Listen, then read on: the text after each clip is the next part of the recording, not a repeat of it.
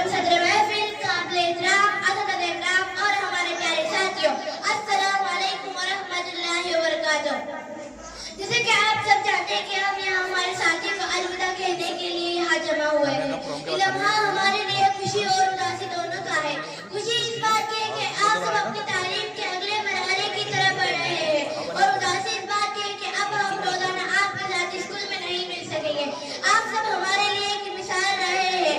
हमने आपसे मेहनत, नज़्म, ज़ब्त और अच्छे अखलाक सीखे। खेल का मैदान हो या क्लासरूम, हमने आपसे हमेशा आपकी रहनुमाई और मदद की।